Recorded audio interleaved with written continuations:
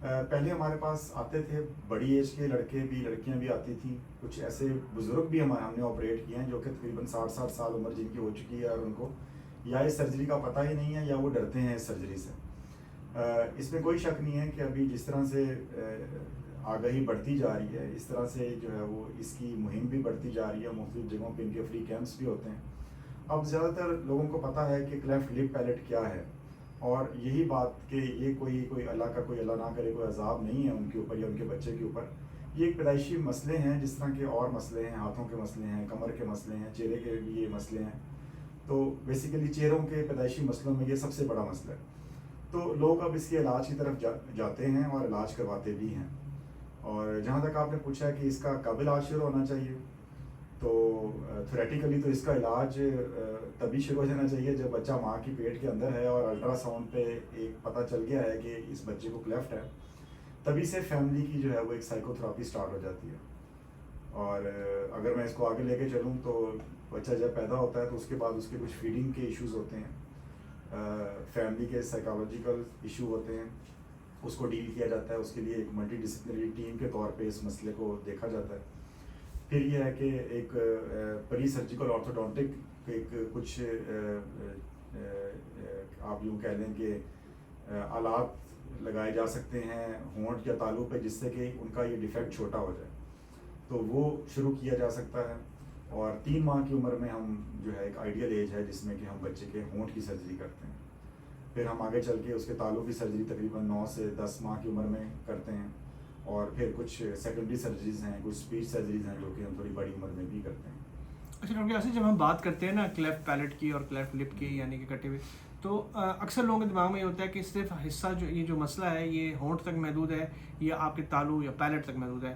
لیکن آبویسلی جب اگر پیلٹ جو ہے تالو جو ہے وہ کٹا ہوا ہوگا تو اس کا کنیکشن نوز سے ہوتا ہے یوزلی نا, تو اس کی وجہ سے جو آپ پہلی سرجری تو لپ کی ہوگی, اس کے بعد آپ سرجری پیلٹ کی کرتے ہیں, لیکن اس دوران کیونکہ فیڈنگ کے مسائل بھی ہوتے ہیں اور اس کے ساتھ کچھ اور اوروفرنجل جو فیشل چیزیں ہیں اور اوروفرنجل ان کے مسائل بھی ہوتے ہیں, تو آپ کا کوئی یہ پیٹرن ہوتا ہے کہ پہلے لپ کریں گے پھر پیلٹ کریں گے اس کے بعد پھر آگے چلیں گے, اور فیڈنگ کے حوالے سے کیا بتاتے ہیں بچوں کو آپ؟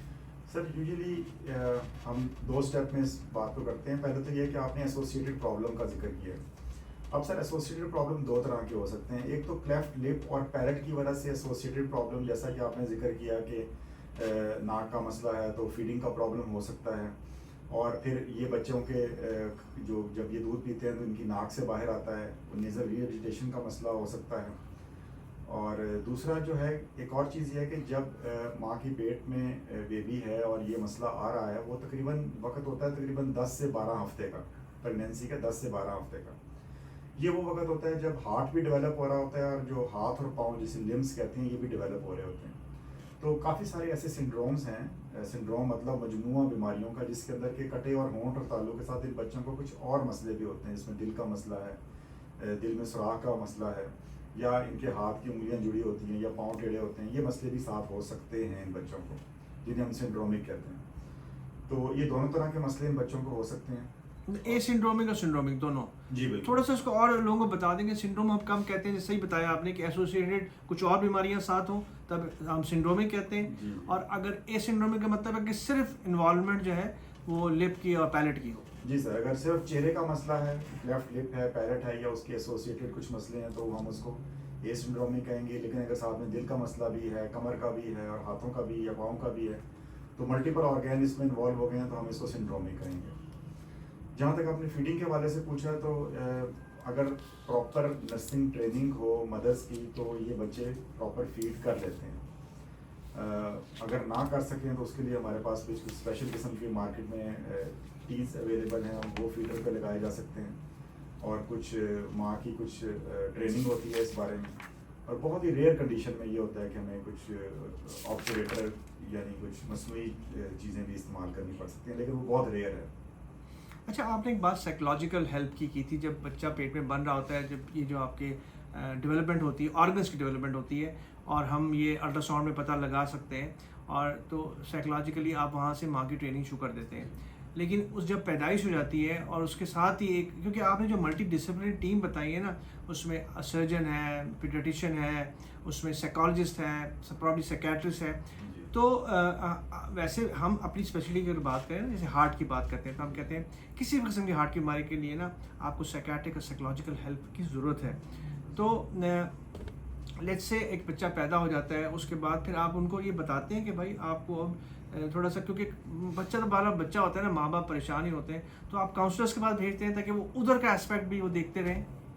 سر اس وقت جو ٹرینڈ چل رہا ہے، جو ماڈرن ایرا ٹرینڈ ہے کلیفٹ مینجمنٹ کا، وہ یہ ہے کہ انڈر دا سیم روف، مطلب ایک ہی ہاسپٹل یا ادارہ جو ہم نے بنایا ہوتا ہے، اس کے اندر ہماری پوری ٹیم موجود ہوتی ہے. اس میں 9 سے 12 لوگ ہوتے ہیں، جس کے اندر کہ ہم جیسے میں نے آپ کو بتایا کہ نرس ہوتی ہے جو کہ فیڈنگ کے لیے ہیلپ کرتی ہے، سائیکیٹرسٹ سائیکالوجسٹ ہوتی ہیں، آٹورائنالوجسٹ یا ENT اسپیشلسٹ ہوتے ہیں، چائلڈ اسپیشلسٹ ہوتا ہے. اس کے علاوہ ہمارے پاس آڈیولوجسٹ ہوتے ہیں، کیونکہ ان بچوں میں بعض دفعہ سنائی کے مسئلے ہوتے ہیں. اسپیچ تھراپسٹ ہوتے ہیں جو بچوں کو بولنے کی ٹریننگ دیتے ہیں. تو اسی لیے اس کو ملٹی ڈسپلنری اپروچ کا نام دیا گیا. تو بیسیکلی یہ سب لوگ اپنے اپنی فیلڈ میں ٹرینڈ ہوتے ہیں اور ان کو اپنا کام پتہ ہوتا ہے. سب سے اگر آپ نے پیدا ہوتے ہی سائیکولوجیکل سپورٹ کی بات کی ہے تو پہلے تو گھر والوں کو یہ بتانا ہوتا ہے یہ کسی قسم کا اللہ کا عذاب نہیں ہے، یہ کوئی چاند گرہن سورج گرہن نہیں ہے، یہ ایک کنجینٹل مسئلہ ہے جو کہ اور مسئلوں کی طرح ایک مسئلہ ہے. اور اس میں اس کی ماں کا یا اس کی باپ یا نانی دادی کا قصور نہیں ہے. اس میں بیسیکلی یہ کنجینٹل ہے، مطلب یوزلی اٹس ورٹیکل، جس میں نے آپ کو بتایا کہ بہت کم ہوتا ہے کہ مطلب دیر آر فیکٹرس کے جو مدر سے ریلیٹڈ ہیں، لیکن ادر فیکٹرز جو ہیں جو فیملیز میں رن کرتا ہے وہ زیادہ ہمارے پاس یہاں پہ موجود ہے. تو یہ ایک بہت بڑا پوائنٹ ہے کہ اس کی ماں کو ایک گھر سے نہ نکالا جائے، اس کے بچے کی جو ہے وہ آگے مینجمنٹ اس کی کی جائے اور ان کو بتایا جائے کہ یہ چند آپریشنوں سے یہ بچہ آپ کا بالکل نارمل ہو جائے گا. اچھا، مطلب آپ اس قسم کے کیسز بھی دیکھتے ہیں جہاں پہ ماؤں پہ اتنا پریشر آ جاتا ہے؟ سر بہت زیادہ کیسز آتے ہیں، ڈائیورس کے بہت زیادہ کیسز آتے ہیں. جی بالکل. اور بڑے پڑھے لکھے لوگ ہوتے ہیں لیکن یہ ہے کہ وہ ایکسیپٹ نہیں کر پاتے ایسے ڈسیبل بچے کو. ان کو لگتا ہے کہ شاید یہ ساری عمر ڈسیبل ہی رہے گا. اچھا، یہ تو پھر بڑا ضروری ہے، اویئرنیس پروگرامس کے لیے تو بڑے ضروری ہیں. اچھا مجھے ایک بات بتائیے کہ آپ اسلام آباد میں کام کرتے ہیں، تو اسلام آباد میں ایسے سینٹرز ہیں کہ گورنمنٹ رن سینٹرز ہیں کہ وہ الگ سے بھی سینٹرز ہیں جو جیسے ٹرسٹ بیس سینٹرز ہوتے ہیں؟ سر انسیڈنس تو کلیفٹ لپ پیرٹ کی بہت زیادہ ہے، لیکن اگر آپ غور کریں تو ڈائبیٹک فوٹ کی انسیڈنس اس سے بھی زیادہ ہے. تو ہمارے پاس کہیں بھی حکومتی سطح پہ کوئی ایسا ادارہ نہیں ہے جو کہ ڈائبیٹک فوٹ کو ڈیل کرے، کوئی ایسا ادارہ نہیں ہے. اسی طرح سے کوئی ایسا ادارہ نہیں ہے جو کہ کلیفٹ لپ پیرٹ کو سیپریٹلی ڈیل کرے. یہ کچھ NGOs ہیں، کچھ امریکن بیس NGOs ہیں، کچھ UK بیس ہیں، کچھ پاکستانی بیس NGOs ہیں جو کہ یہ کام کر رہی ہیں، جس میں کہ اسمائل ٹرین ہے، آپسا ہے، مڈ لینڈ ڈاکٹرز ہاسپٹلس کی ٹیم ہے، اور اس کے علاوہ ایک کلیفٹ کیئر فاؤنڈیشن ہے جس کے ساتھ ابھی ہم منسلک ہیں. تو یہ بیسیکلی کچھ چیریٹی کے طور پہ یہ سارے مل کے مختلف اسپیشلٹی کے ڈاکٹرز مل کے یہ کام کر رہے ہیں، اور کچھ پھر اس میں فنڈنگ بھی ہوتی ہے. لیکن ڈیڈیکیٹڈلی کوئی ایسا سرکاری ادارہ نہیں ہے جو اس چیز کو ڈیل کرے. نہیں، جو چلڈرن ہاسپٹلز ہیں جہاں پہ بڑے چلڈرن ہاسپٹل ہیں، جہاں پہ چلڈرن ہاسپٹل کا ڈیڈیکیٹڈ یونٹ ہے چلڈرن ہاسپٹل، تو وہاں پر بھی ایسا نہیں ہے کوئی؟ سر اگر آپ اس کی انسیڈنس دیکھیں نا، جس طرح میں بتایا کہ 3.1 in 1000 لائف برتھ، اگر ہم اس کو دیکھیں تو ہر ماہ اگر 1000 بچوں کا آپریشن ہو رہا ہے تو یہ کسی بھی ادارے کے لیے ممکن نہیں ہے کہ وہ ایک اسپیسیفک چیز کی اتنی زیادہ آپریشن کنڈکٹ کر سکیں. چلڈرن اسپتال ایک تو ویسے ہی ہمارے آپ نے دیکھیں اب اسٹیٹسٹیکلی تو ہر بڑے شہر میں ایک ہے، پیمز کے ساتھ ایک ہے. لاہور میں جو ہے وہ جو میں جانتا ہوں وہ چلڈرن ہاسپٹل لاہور ہے، ملتان میں ایک ہے، فیصل آباد میں ایک ہے. اور پورے اس علاقے کے جو ہیں وہ پیڈیاٹک جو پرابلم ہے وہ اسی ادارے میں جاتے ہیں. وہ اتنی زیادہ ان کے پاس ورک لوڈ ہے کہ صرف ایک چیز کے اتنی زیادہ آپریشن کرنا میرا خیال ہے کہ پریکٹیکلی پاسبل نہیں ہے. ان کو پھر سالوں کی تاریخ ہی ملے گی وہاں پر. اچھا، اس کا مطلب تو یہ ہے کہ کلیفٹ کا مطلب دونوں سطح پہ ایک تو اویئرنیس کم ہے، اور حکومتی سطح پہ جیسے ڈسیبلڈ چلڈرن کے لیے ہوتی ہیں چیزیں سائٹ پہ کر کے، مطلب آپ بنا سکتے ہیں. میرے نہیں خیال کہ کوئی اتنا مشکل کام ہے. ڈونٹ تھنک اتنا مشکل کام. جب NGOs کر رہی ہیں، NGOs بیچارے ہوں گے، بس کیا ہوتا ہے ایک ٹرسٹ بیس منی ہوتی ہے، تھوڑی بہت آ جاتی ہے.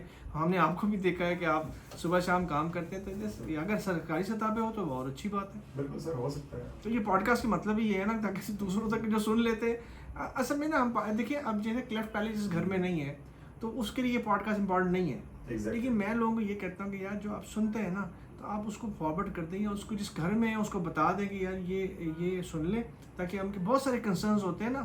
دیکھیں ہم نے یہ جو شروع کرتی ہے جو ہم نے پروگرام شروع کیا نا بیسیکلی اسی لیے شروع کیا کہ مریضوں کے اتنے سوالات ہوتے ہیں نا اور اتنا ٹائم ہی نہیں ہوتا آپ ان کو بتا سکیں.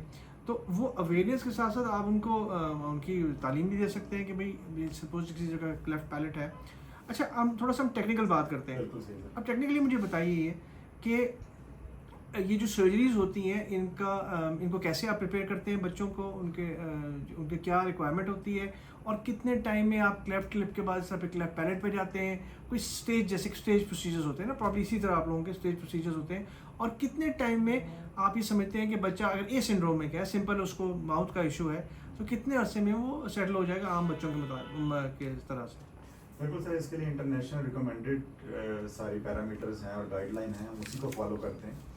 اس میں یہ ہے کہ جو ہونٹ کا آپریشن ہے وہ ہم کرتے ہیں تقریباً 3 ماہ کی عمر میں.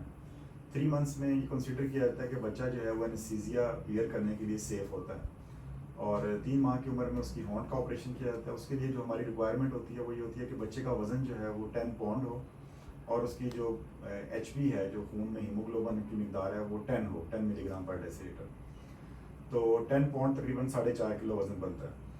تو یہ پری ریکوزٹس ہیں، اور یہ یوزلی ہمارے بچوں کا کوئی بہت مال نورش نہ ہو تو یہ اس پیرامیٹر پہ پورے اتر جاتے ہیں، یا ہم اگر کبھی گیپ دینا پڑے یا پیڈیاٹرک کنسلٹیشن کی ضرورت پڑے تو وہ کروا لیتے ہیں. دوسری آپریشن آتا ہے تالو کے آپریشن کا، کلیفٹ پیلٹ کا. وہ یوزلی 9 months کی ایج میں کرتے ہیں، لیکن ہمارا ٹارگیٹ یہ ہوتا ہے کہ 1.5 سال کی عمر سے پہلے ہم کلیفٹ پیلٹ کا آپریشن کر دیں. جلدی کیوں نہیں کرتے؟ وہ اس لیے کیوں نہیں کرتے کہ ریسرچز کہتی ہیں کہ اگر آپ بہت جلدی تالو کو جو ہے اس کے اوپر سے جلد ساری اتار دیں تو کوئی منہ چھوٹا رہنے کا خدشہ ہوتا ہے. کچھ ریسرچ ہے اس بارے میں.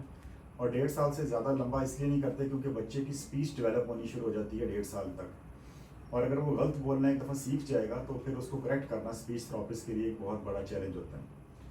تو بیسیکلی 9 months سے 1 سال کی عمر میں ہم کوشش کرتے ہیں کہ تالو کا آپریشن کریں. اس میں پھر اگین ہمارا ہوتا ہے کہ بچے کا وزن 10 کلو ہو اور اس کا ایچ بی وہی ایٹ لیسٹ 10 ملی گرام پر ڈیسی لیٹر تک ہو. پھر اگر کچھ کمی پیشی رہ جائے تو ان بچوں کی secondary surgery school going age میں کرتے ہیں. اور پھر ان بچوں میں اگر چہرہ کوئی چھوٹا ہو، جسے مڈ فیس ہائپوپلیزیا کہتے ہیں، تو اس کے کچھ آپریشن ہوتے ہیں جو کہ ہم میجورٹی پہ کرتے ہیں 16 سال کی عمر میں. بعض دفعہ ان بچوں کو ناک کی آپریشن کی ضرورت پڑتی ہے، اس کو کہ کلیفٹ رائنوپلاسٹی کہتے ہیں. وہ پھر ہم تقریباً 16 سال کی عمر میں کرتے ہیں. ٹارگیٹ ہمارا یہ ہوتا ہے کہ ایک فرسٹ برتھ ڈے جو ہے بچے کی 1 سال کی عمر تک جو ہے وہ اس کا لپ پیلٹ کا آپریشن ہو جائے اور وہ دیکھنے میں جو ہے وہ نارمل بچہ کنسیڈر ہو. بہت شکریہ ڈاکٹر یاسر. یہ مجھے پتہ ہے کہ آپ بڑا کام کر رہے ہیں، اور دیکھیں ہم جیسے ہمارے بہت سارے ڈاکٹرز ہیں، مطلب آلموسٹ ہماری ساری کمیونٹی جو ہے وہ اپنی پریکٹس کے علاوہ، اپنی سرکاری ڈیوٹیوں کے علاوہ یہ جو کام ہوتا ہے جو ٹرسٹ بیس ہوتا ہے، فلنتھراپی ہوتی ہے، NGO بیس ہوتا ہے، وہ کرتا ہے. میں تھوڑا سا آپ مجھے اگر بتائیں نا تو کیونکہ لوگوں کو یہ پتہ چلنا چاہیے کہ پاکستان میں یہ جو فیسلٹیز ہیں وہ ایک تو آپ نے کچھ انٹرنیشنل آرگنائزیشن کا ذکر کیا، کچھ شہروں میں کچھ بتایا، لیکن ایک خاص آرگنائزیشن جس کا ہم نے پہلے بھی ذکر کیا تھا. دیکھیے میں پروگرام میں ایک بات کہہ چکا ہوں کہ ہم جو ٹوٹلی پرائیویٹ ہاسپٹلس ہیں ان کا یوزلی ہم نام نہیں لیتے، لیکن جو ہسپتال ٹرسٹ بیسڈ ہیں، جیسے پہلے ہم نے بتایا SIUT ہے، گمبٹ میں اتنا زبردست سینٹر ہے، اسی طرح سعید معتمر بینظیر بھٹو ایک ٹراما سینٹر ہے کراچی میں، اور اسی طرح شوکت خانہ میں ہے، یا جو بھی ٹرسٹ بیسڈ سینٹرز ہیں ہم ان کا ذکر کر سکتے ہیں کیونکہ وہاں پر مریضوں کو وداؤٹ کسی پیسے کے ان کا علاج ہو سکتا ہے. تو یہ CCF آرگنائزیشن کے بارے میں تھوڑا سا ہمیں بتائیں گے تاکہ لوگوں کو آپ تک پہنچنے میں آسانی ہو. جی سر، یہ بیسیکلی کلیفٹ کیئر فاؤنڈیشن، یہ ہم کچھ ڈاکٹرز ہیں جس میں کہ کچھ ڈینٹل سرجن ہیں، کچھ میگزیلو فیشل سرجن ہیں ہمارے ساتھ، اور اسپیچ تھراپسٹ ہیں، آڈیولوجسٹ ہیں. جیسے وہ ایک پوری ٹیم ہے ہماری ملٹی ڈسپلنری.